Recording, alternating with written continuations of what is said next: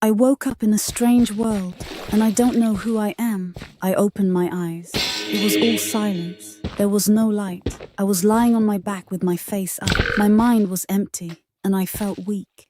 After some time, when I could finally get myself up, my hands could feel the cold and humid ground under my feet, my bare feet. I walked aimlessly in complete darkness. I tried to touch whatever I could to find out where I was.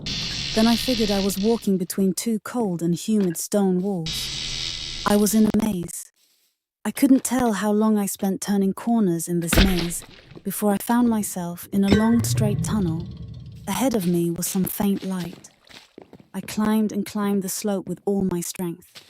Finally, I reached a large iron gate where a world was waiting for me outside. I lost my memories. I didn't know who I was. I had no idea why I was there. I pushed through the heavy gate to find myself somewhere in the middle of a forest. I was wearing nothing but a white one-piece dress. The scent of the flowers, the songs of the birds, and the colors of nature all made me calm before I realized again I was hungry, thirsty, and exhausted.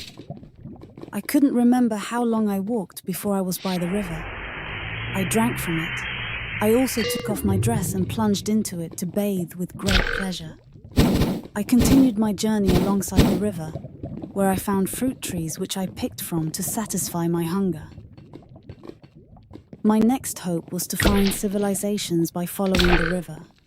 It was near dark when I reached the village, still barefooted. It was a small farming village with less than 20 houses. The handful of farmlands were droughted with no signs of cattle. Although the village was very quiet, I was delighted to see some houses with their lights on. I approached one and knocked on the door. Knock, knock. No answer. "Hello, is anyone home?" I shouted. No answer again. I tried on all of those with lights on. The same happened. Something is not right. Out of curiosity and worriness, I peeked into them and found there was nobody inside the houses despite their lights.